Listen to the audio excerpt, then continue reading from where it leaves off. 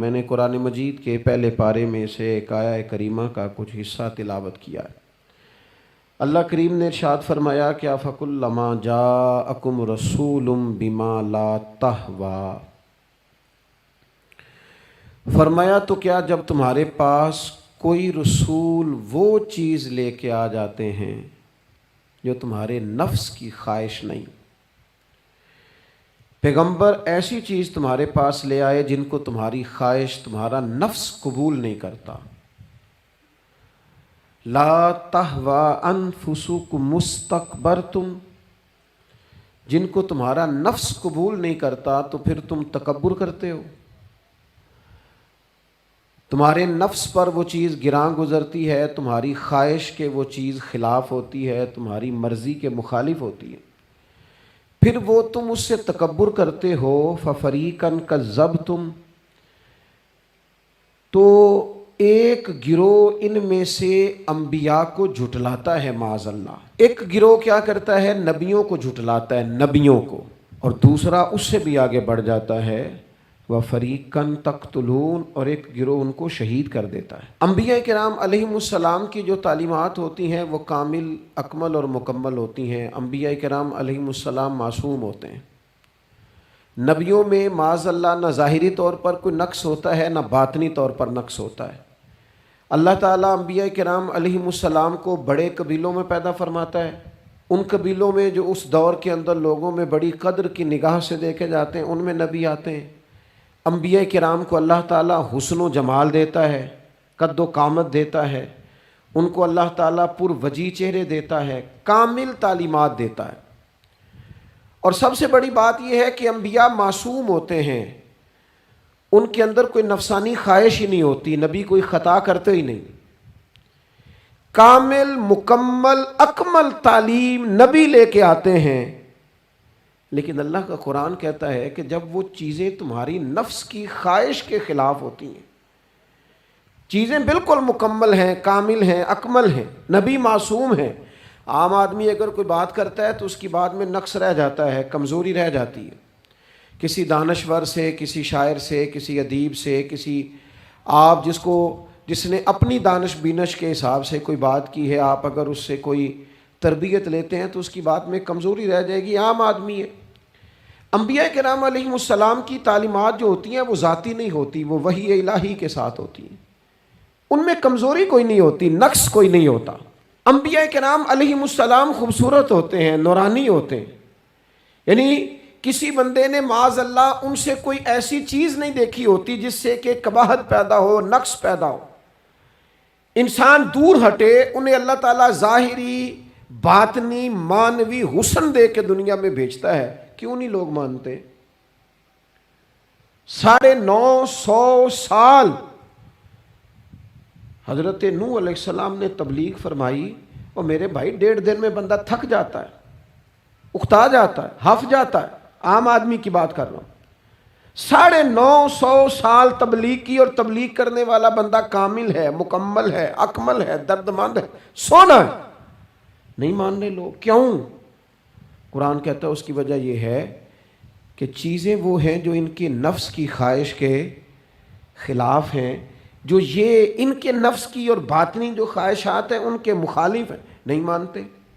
حضرت موسیٰ کلیم علیہ السلام بنی اسرائیل کو نجات دینے کے لیے آئے تھے، راحت دینے کے لیے تشریف لائے تھے، لیکن آپ ان کے مطالبات دیکھیں کس قدر تکلیف دی۔ کبھی کہتے تھے نہیں مانتے جب تک اللہ کو اعلانیہ نہ دیکھ لیں، کبھی وہ کوئی مطالبہ لے کے آ جاتے، کبھی وہ پانی کا مطالبہ کرتے اور کہتے 12 چشمے الگ الگ چاہیے، کبھی وہ من و سلوہ کا مطالبہ کرتے، کبھی کہتے من و سلوہ تو آتا ہے پر ایک جیسا کھانا ہے، ہمیں تو الگ الگ چاہیے، وہ اجناس چاہیے جو زمین سے اگنی ہے۔ حضرت موسیٰ خوبصورت تھے، نورانی تھے، پر وجیح تھے، اور کمال یہ ہے کہ رب کے اتنے پیارے ہیں جن سے رب کلام فرماتا ہے، لیکن قوم ہے کہ تسلیم کرنے کو تیار نہیں، ماننے کو تیار نہیں۔ فقط اتنی بات ہے کہ وہ تعلیمات وہ ہیں جو ان کے نفس کی خواہش کے خلاف ہیں، اور ذرا سا انہیں موقع ملا، حضرت موسیٰ علیہ السلام 40 دنوں کے لیے کوہ طور پہ تشریف لے گئے تو پیچھے سے ایک بچڑے کی پوجا شروع کر دی۔ جناب کلیم واپس آئے تو پھر طرح طرح کی ہیلے بازیاں، حضرت یوسف علیہ السلام کا تو حسن مشہور ہے نا ساری دنیا میں، دنیا جانتی ہے نا کتنے سونے تھے، تو کیا اتنا خوبصورت آدمی بھی کنویں میں ڈال دیا جاتا ہے؟ کیا اتنا حسین آدمی بھی بازار میں بیچ دیا جاتا ہے؟ کیا اس قدر شخص جو ظاہری باطنی طور پر نورانی ہو، اس شخص پر بھی الزامات دھر کے جیل میں ڈال دیا جاتا ہے؟ مخلوق تو فنکار ہے اس درجہ کے پل بھر میں سنگے در کعبہ سے بھی اصنام تراشے، اور تم کون ہو کیا چیز ہے داغے کبابی، لوگوں نے تو مریم پہ بھی الزام تراشے، حضرت مریم سلام اللہ علیہ پر بھی، اور جناب عیسیٰ جن کو اللہ نے کھلے معجزات دیے، کوئی ضرورت تھی کسی اور چیز کی؟ جو بچہ پنگوڑے میں ہی کہہ رہا ہے انی عبداللہ، میں اللہ کا بندہ ہوں، کھلے معجزات اور وہ بھی پنگوڑے میں۔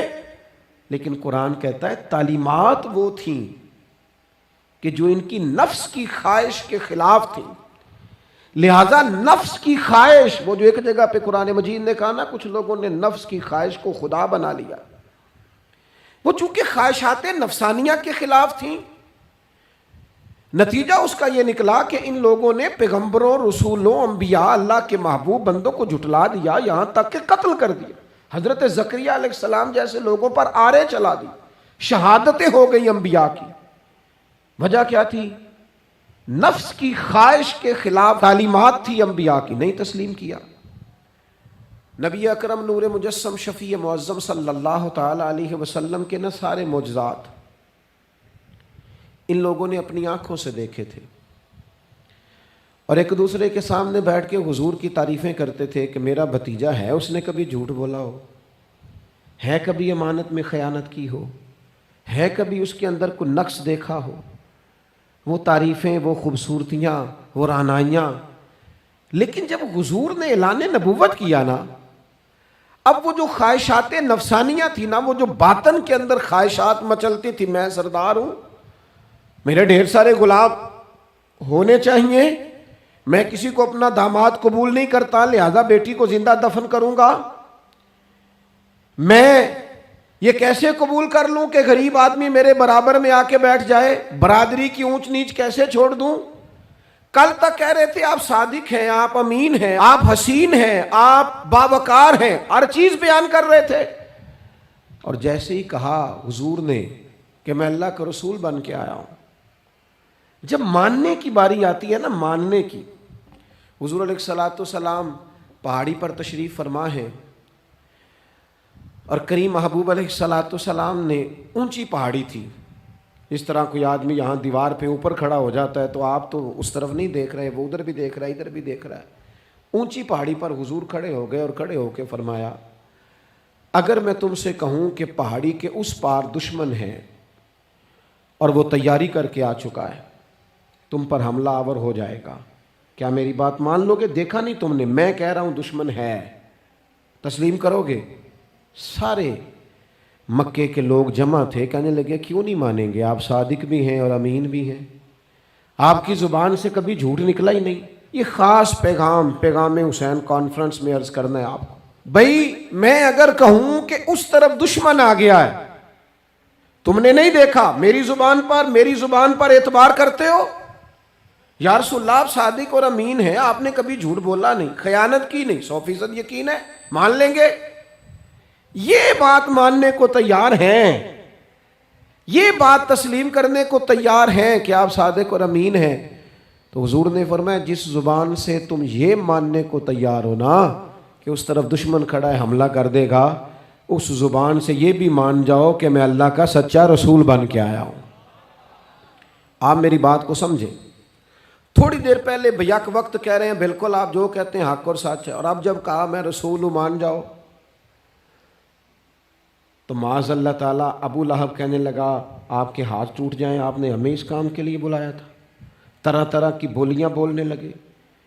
جب مفادات پر چوٹ لگتی ہے، جب خواہشات نفس کو چھوڑنا پڑتا ہے، جب ذرا اپنی طبیعت پر کچھ چیزیں بوجھ بنتی ہیں، میرے اصحاب قبلہ عالم فرمایا کرتے تھے ہمارے دشمن جب ہم پر تنقید کرتے ہیں تو کئی باتیں غلط بھی کرتے ہیں لیکن کچھ باتیں ٹھیک بھی ہوتی ہیں، بجائے اس کے کہ ہم اسی وقت اٹھ کے قبول کریں، تسلیم کریں کہ جناب یہ بات جو آپ نے کیا یہ بالکل ٹھیک ہے، میں کھلے دل سے اس کو قبول کرتا ہوں. اتنی جرت کون کرے؟ اتنی ہمت کا مظاہرہ کون کرے؟ وہ چیزیں جو ہمارے نفس کی خواہش کے خلاف ہوتی ہیں ہم قبول کرنے کو تیار ہی نہیں ہوتے. لیکن جو مزاج دین ہمیں عطا کرتا ہے، وہ دین ہمیں یہ عطا کرتا ہے کہ جب تم یہ دیکھو نا کہ بات جو ہو رہی ہے وہ بات ٹھیک ہے، اگرچہ میرے مفادات کے بھی خلاف ہے، اگرچہ میرے نفس کی خواہش کے بھی خلاف ہے، اگرچہ میری سرداری کے بھی خلاف، ہو سکتا ہے میرا مالی نقصان بھی ہو، لیکن چونکہ ٹھیک ہے لہذا مجھے قبول کر لینی چاہیے. یہ جرت پیدا کریں اپنے دل کے اندر، یہ طاقت پیدا کریں. یہ آج کا پیغام ہے. آپ دیکھیے حضرت فاروق اعظم رضی اللہ تعالیٰ عنہ نے مسئلہ بیان کیا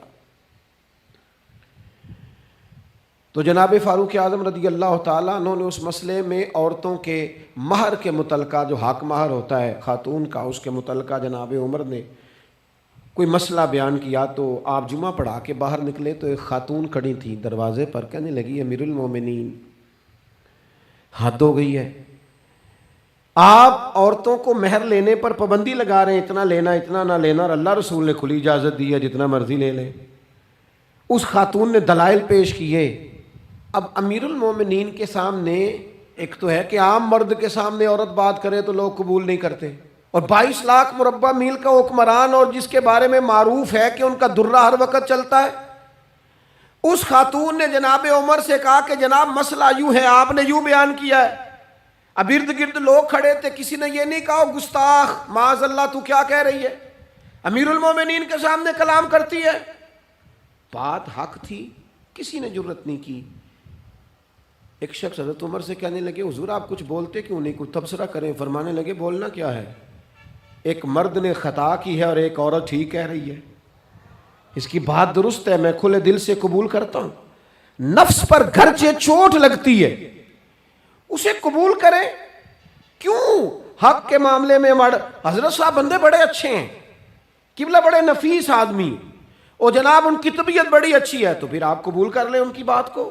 کہتے ہیں آپ دعا کریں میرے لیے میں قبول کر لوں، آپ دعا کریں میں ٹھیک ہو جاؤں. او خدا کے بندے، جسے تو ٹھیک سمجھ رہا ہے اس کی بات کو قبول کر، اس بات کا قائل ہو جا، اس پر عمل کر. ہمارے مزاجوں میں وہ جو نفسانی خواہشات کا غلبہ ہے آج بھی پوری طرح وہ ہمیں اپنی لپیٹ میں لیے ہوئے، ہم سمجھنے کو تیار نہیں ہوتے.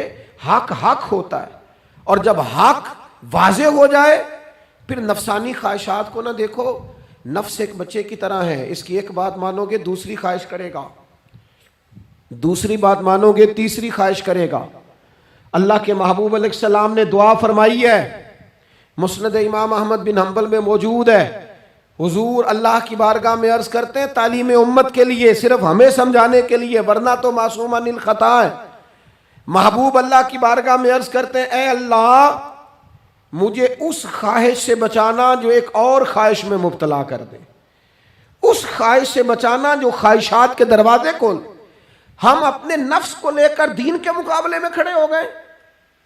میری برادری کہتی ہے کہ شادی میں ڈھول بجے گا، تماشا ہوگا، اور اللہ رسول کہتے ہیں کہ اس میں شریعت کا بول بالا ہوگا، پتہ چلے گا جیتتا کون ہے. میری اولاد کہتی ہے کہ اس رستے جانا ہے، رب رسول فرماتے ہیں اس راہ پہ جانا ہے. نفس کی خواہش اور ہے، اللہ رسول کا حکم اور ہے، ہم اس کو تسلیم کرنے کو تیار نہیں ہوتے. معافی مانگنی پڑ گئی ہے ایک بندے سے. ہماری جو بنائی ہوئے قبیلے اور برادریوں میں اونچ نیچ ہے اس کے حساب سے ہم بڑے قبیلے سے ہیں، وہ چھوٹی قبیلے سے ہم نے جو بنائی ہے، ورنہ تو قبیلے فقط تعارف کے لیے ہوتے. معذرت کرنی پڑ گئی ہے، لیکن کمال ہے ہمارے مزاج میں وہ پیدا ہو. اللہ رسول کو راضی کرنے کے لیے تھوڑی دیر اپنے نفس کو کچلیں. ممکن ہے ایسا ہو، کرتے ہی نہیں ایسا، مزاج نہیں بنایا. ہمارے نفس کی خواہش کے مطابق اگر چلیں پھر سارا. آپ یقین کریں لوگ استادوں کے پاس جا کے عزتیں اور پروٹوکول ڈھونڈتے ہیں، پیروں کے پاس جا کے عزتیں اور پروٹوکول ڈھونڈتے ہیں. ایسی جگہوں پہ جہاں پروٹوکول دینے کی باری تھی وہاں بھی لینے کے چکر میں پڑ جاتے. دینی کاموں میں اگر 4 لوگ ایک جگہ پہ اکٹھے کیے جاتے ہیں نا، یہاں دینی کام کر لو، تو وہاں جھگڑا شروع ہو جاتا ہے. دینی کام تو کرنا ہے پر آگے کون لگے گا، دینی کام تو کرنا ہے پر اس میں سربراہی کس کو ملے گی؟ دینی کام تو کرنا ہے، اس میں نام کس کا ہوگا؟ اس میں بڑا قد کس کا شمار کیا جائے؟ اس طرح قومیں آگے بڑھتی ہیں۔ اہل حق اس طرح ہوتے ہیں، سب سے آگے اپنے نفس کو رکھا جائے اور پھر انسان کا انقلاب آ جائے، یہ کیسے ممکن ہے؟ حضرت ابو ذر غفاری، میں قربان اس شخص پر، سیدنا ابو ذر غفاری، اس امت کے درویش فقیر، ایسا شخص جس کے بارے میں محبوب نے فرمایا زمین کے اوپر اور آسمان کے نیچے میرے ابو ذر سے سچا بندہ کوئی نہیں۔ اتنا بڑا آدمی زندگی فقر و فاقے میں گزار دی، اپنے مزاج پر طاری کر لی چیزیں کہ بس وہ سادگی جو ہمیں ہمارے رسول نے سکھائی ہے اسی میں رہنا ہے۔ حضرت ابو ذر غفاری گفتگو ہو رہی تھی، بات چیت ہو رہی تھی، جناب بلال حبشی رضی اللہ تعالیٰ عنہ کے ساتھ محو کلام تھے۔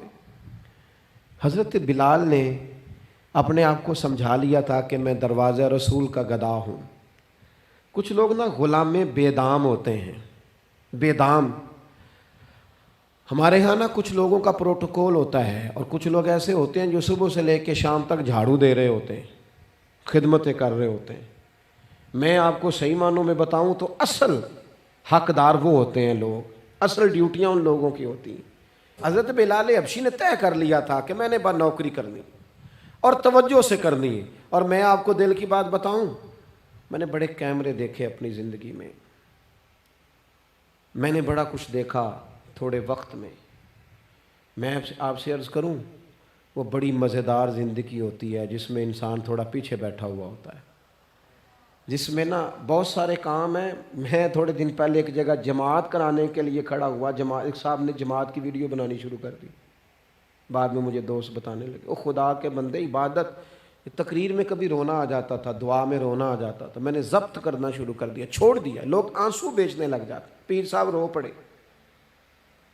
پیر صاحب کس بات پہ روئے؟ او خدا کے بندو، پیر کو معافی لے لینے دو اللہ رسول سے، اپنے لیے، اپنے سنگیوں کے لیے اللہ کے حضور اسے آنسو بہانے دو۔ کوئی چیز تو کیمرے سے باہر رہے، کچھ چیز تو۔ کیا خوبصورت لفظ ہے مولا علی شیر خدا کے، فرماتے ہیں اسے مبارک ہو جسے تھوڑے لوگ جانتے ہیں، اسے مبارک ہو۔ سے ثبوت نہ پچھو میتھوں، پلائے نظر کرم کا دھوئی، اے میں جانا یا دل بر جانے، غیر نہ جانے کوئی، میں مسکین پرانا خادم کسے در ملی نہ ٹوئی، یہ تے واصف یار نے نظر جو کیتی تے واصف ہی ہوئی۔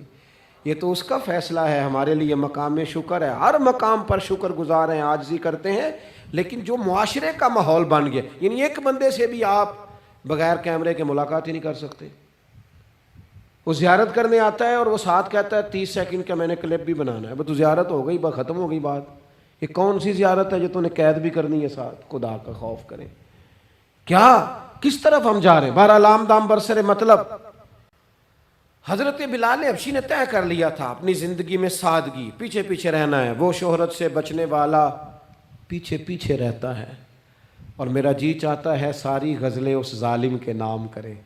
کچھ لوگ طے کر لیتے ہیں میں نے پیچھے پیچھے رہنا ہے، ان کے اعلان کیے جاتے ہیں، بلایا جاتا ہے، پھر بھی پیچھے نکل جاتے ہیں۔ جو عرض کرنا چاہتا ہوں، حضرت سیدنا بلال حبشی نے طے کر لیا تھا۔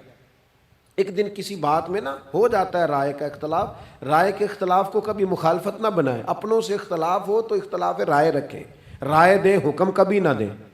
ہمارے یہاں لوگ حکم دیتے ہیں، رائے نہیں دیتے، بعد میں ادھر ادھر بیٹھ کے شکوے کرتے ہیں، دسو جی میری منی نہیں، وہ بھی تیرے سے مشورہ لیا تھا، قبول بھی ہو سکتا ہے، رد بھی ہو سکتا ہے، ختم ہو گئی بات۔ کسی بات میں جناب ابو ذر غفاری کا اور حضرت بلال حبشی کا رائے کا اختلاف ہو گیا۔ اب حضرت بلال حبشی غلام ہے، جناب ابو ذر بڑے قبیلے سے، تو جناب ابو ذر غفاری نے بات کرتے کرتے حضرت بلال کو کہہ دیا، او حبشن کے بیٹے، تھے بھی وہ حبشن کے بیٹے، لیکن حضرت بلال کے دل کو تکلیف ہوئی۔ بعض لوگ کہتے ہیں میں نے سچ ہی بولا ہے، سچ اپنے بارے میں بولنا، تو دوسروں کے بارے میں سچ بولتا ہے، اپنے بارے میں بول، صرف تو دوسروں کے لیے بولے۔ او جی میں نے سچ ہی تو بولا تھا، سچ بولنے کی بھی حکمت ہے، سچ بولنے کی سب سے بڑا سچ کسی کو اللہ کی طرف بلانا ہے، اور میرا رب فرماتا ہے ادعو الی سبیل ربک بالحکمہ، کسی کو اللہ کی طرف بھی بلاؤ تو دانائی کے ساتھ بلاؤ، حکمت کے ساتھ، سب سے بڑا سچ بھی بولو تو دانائی کے ساتھ بولو۔ تو نے سچ بولا ہے اور تو نے لوگوں کا کلیجہ چیر کے رکھ دیا ہے. یہ کیا انداز ہوا تیرا سچ بولنے کا؟ یہ کیا طریقہ ہوا؟ حضرت سیدنا بلال حبشی رضی اللہ تعالیٰ عنہ کو جناب ابو ذر غفاری نے کہا حبشن کے بیٹے بات سچی تھی. حضرت بلال کو تکلیف ہوئی, کونے میں بیٹھ کے روئے, اور غلام روئے اور آقا کو خبر نہ ہو. تڑپے جو ہم یہاں تو مدینے خبر گئی. حضور علیہ الصلوۃ والسلام پتہ چلا, محبوب نے منبر سجایا. حضور کی عادت تھی نامینیٹ کر کے اصلاح نہیں کرتے تھے, بائی نیم نہیں, نامزد کر کے نہیں, اوورال بات کر دیتے, سمجھنے والے سمجھ جاتے. حضور فرمانے لگے لوگوں کو کیا ہو گیا ہے, میں نے تو جاہلیت کی ساری باتیں پاؤں تلے رون دی تھی, ابھی بھی کہتے ہیں بلال کو حبشن کا بیٹا. حضرت ابو ذر غفاری کہتے ہیں باقی تو کوئی نہ سمجھے تو میں سمجھ گیا. بڑا مشکل ہوتا ہے مجمعوں میں اٹھ کے معافی مانگنا. ہمارے ہاں بعض لوگ معافی بھی اس طرح مانگتے ہیں کہ یوں لگتا ہے گن بھی ساتھ پکڑی ہوئی ہے, معافی دو ورنہ گولی مار دوں گا. معافی مانگنے کا بھی طریقہ سلیقہ نہیں آتا. اور دنیا میں کچھ ایسے نفس پرست ہیں, ان کو استادوں سے معافی مانگنے پڑی تو نہیں مانگ سکتے, مشائخ سے معافی مانگنے آتی ہے تو نفس کے بندے بن کے نفس کی غلامی کرتے ہیں, لیکن اپنی عزت کی جگہوں کو بھی درست نہیں کرتے. کتنا بڑا مجرم ہے جو باپ سے بھی معافی نہ مانگ سکے, جو ماں سے بھی نہ کہہ سکے میں غلطی کر گیا تھا. اتنی بڑی نفس پرستی. تو نے آقا بنا لیا اپنے نفس کو اپنا. مجمعوں میں معافی مانگنا, اعتراف کرنا, حق کو قبول کرنا, اپنے نفس کو ذبح کرنا. حضرت ابو ذر غفاری مجمع کے بیچ اٹھ کے کھڑے ہوئے, چمکتا دمکتا چہرہ, قبولیت حق کا جذبہ, اپنے نفس کو چیر دینا اور اس پر پاؤں رکھ کے رب رسول کا قرب حاصل کرنے کا ذائقہ. جناب ابو ذر غفاری حضرت بلال کے قریب گئے اور پھر ان کے سامنے لیٹ گئے, رو کے کہنے لگے حبشن کے بیٹے اٹھا اپنا پیر اور رکھ میرے سینے پہ. میں اس قوم کو بتانا چاہتا ہوں کہ تھا تو حبشن کا بیٹا, پر جب سے مدینے والے کا کلمہ پڑا ہے کائنات میں عزت والا ہو گیا ہے. یہ دیکھو کس نے ذروں کو اٹھایا اور صحرا کر دیا, کس نے قطروں کو ملایا اور دریا کر دیا, کس کی حکمت نے یتیموں کو کیا در یتیم اور غلاموں کو دنیا بھر کا مولا کر دیا. ہمارا نفس کی خواہش بچی, رشتے نہیں بچے. ہمارے نفس کی خواہش بچی, تعلقات نہیں بچے. نفس کی خواہشیں بچی, ہمارے اپنے نہیں بچے. نفس کی خواہشیں بچی, مال جمع ہوا, دیانتداری نہیں بچی, وعدوں کی پابندی نہیں بچی, تجوریاں بھر گئیں, روحیں اجڑ گئیں. بددیانتی سے رزق حرام سے کمایا ہوا مال, کاریں کوٹھیاں بنگلے بن گئے, باطن اجڑ گیا. اس لیے کہ نفس کی خواہش پوری کی. نفس کے سامنے اگر انبیاء کی بھی تعلیمات آئیں, لوگوں نے تکبر کیا, قتل تک کر دیا نبیوں کو, لیکن اپنے نفس کی خواہش کے خلاف جانے کو تیار نہ ہوئے. خدارا واپس آ جاؤ, خدارا. وقت آیا, یہ وقت بدلتا رہا, یہ دور تبدیل ہوتا رہا. لوگوں نے اپنی بادشاہیاں قائم کرنے کے لیے بڑے بڑے قتل کیے. ہلاکو خان نے انسانی کھوپڑیوں کے مینار بنائے. لوگوں نے بڑے بڑے ظلم کیے, جبر کیے, خوف اور ہراس پھیلایا. اپنے اقتدار پکے کرنے کے لیے بڑے بڑے جبر کیے. پھر کیا ہوا؟ ایسی ایسی بیماریاں لگیں جن کے علاج ہی کوئی نہیں تھے دنیا میں. بھری ہوئی تجوریاں, پیسے باہر گر رہے ہیں, پر ڈاکٹر کہہ رہا ہے تیرا مرضی وہ ہے جس کا علاج ہی کوئی نہیں. اللہ تبارک و تعالیٰ کے قانون سے جب لوگ ٹکراتے ہیں پھر پاش پاش ہو جاتے ہیں. وقت گزرا, ٹائم یزید کا آیا. وقت گزرا تو ٹائم عبید اللہ ابن زیاد کا آیا, ٹائم شمر کا آیا. 1450 سال گزرنے کے بعد اس ہزاروں کے مجمع میں سے ایک ایک بچے کو حدیث یاد ہے کہ حسن اور حسین جنتی جوانوں کے سردار ہیں. بتاؤ یزید کو نہیں آتی تھی؟ شمر کو نہیں پتا تھا؟ کلمہ تو پڑھتے تھے نا. یہ عبید اللہ ابن زیاد کو نہیں پتا تھا؟ نبی پاک علیہ السلام کے کندھوں پر حسنین رہے, ان سب کو پتہ نہیں تھا؟ یہ جانتے نہیں تھے کہ یہ وہ حسنین کریمین ہیں جن کو حضور سنتے تھے، فرماتے تھے یہ میرے پھول ہیں دونوں؟ کیا بات رضا اس چمنستان کرم کی، زہرا ہے کلی جس میں حسن اور حسین پھول۔ آج 1450 سال گزرنے کے بعد امت کو حدیث آتی ہے کہ نبی پاک علیہ السلام نے فرمایا جس نے حسن اور حسین سے پیار کیا اس نے مجھ سے پیار کیا، جس نے ان سے بغض رکھا اس نے مجھ سے بغض رکھا۔ کلمہ پڑھتے تھے، مسلمان کہلاتے تھے۔ 10 محرم کو جمعے کا دن تھا، امام حسین امامہ باندھ کے گھوڑے پر بیٹھ کر خطبہ دینے لگے تو ایک شخص اندر سے بول کے کہنے لگا حسین تقریر لمبی نہ کر، ہمارا جمعہ لیٹ ہو رہا ہے۔ بلے و نمازیو، سامنے وہ شخصیت کھڑی ہے جس پر ابھی درود پڑھیں گے نماز میں، اللہم صلی علی محمد وعلی، ابھی درود پڑھیں گے حسین ابن علی پر، ابھی شہید کر کے ابھی درود پڑھیں گے، وہ سامنے کھڑے۔ اور امام حسین کا ایک جملہ تاریخ نے یوں لکھا ہے کہ شاید ریت کے ذرے بھی تڑپ گئے۔ امام علی مقام فرمانے لگے مجھے غور سے دیکھو، تمہیں پتہ ہے میں کون ہوں؟ تم جانتے ہو میں کون ہوں؟ نبی پاک نے فرمایا تھا یہ حسن اور حسین میرے بیٹے ہیں کیونکہ میری بیٹی کے بیٹے۔ تمہیں پتہ ہے میں کون ہوں؟ سامنے امام حسین کھڑے، فرمایا مجھے جانتے ہو؟ اور امام علی مقام فرمانے لگے میں تمہارے نبی کا نواسا ہوں، اور آج کے بعد تمہیں کسی نبی کا کوئی نواسا نہیں ملے گا، کیونکہ نبی پاک آخری نبی ہیں، اور جب حضور کے بعد کوئی نبی نہیں آئے گا تو کسی نبی کی اولاد کیسے ہوگی؟ تمہیں آج کے بعد کسی نبی کے نواسے کی زیارت نہیں ملے گی۔ میں کیسے آپ سے یہ بات آپ کو عرض کروں کہ سامنے حسین ابن علی بھی ہوں تو لوگ نفس کی خواہشیں پوری کرتے ہیں، لوگ اپنی کرسیاں پکی کرتے ہیں، لوگ گورنریاں پکی کرتے رہے، لوگ گڈ بک میں جانے کے لیے ایک دوسرے کو شاباشیاں دیتے رہے، جشن ہوتا رہا۔ سب سے پہلے ایک شخص نے امام حسین کا قافلہ روکا تھا، اس کا نام حور بن یزید تھا، سب سے پہلے اس نے روکا تھا، وہ ایک لشکر کا سپہ سالار تھا۔ جب امام حسین رضی اللہ تعالیٰ عنہ نے خطبہ پڑھا نا تو حور یزیدی فوج میں تھا، واپس گیا اور عبید اللہ ابن زیاد سے جا کے کہنے لگا، یا جو بھی وہاں لوگ موجود تھے یزیدی فوج کے، ان سے کہنے لگا تم نے تو کہا تھا کہ صرف راستہ روکنا ہے، تم نے تو کہا تھا کہ صرف ان سے کچھ منوانا ہے، تم نے تو جب مجھے بھیجا تھا تو کہا تھا کہ بس تھوڑے معاملات ہیں، اوے سچ بتاؤ نبی کے نواسے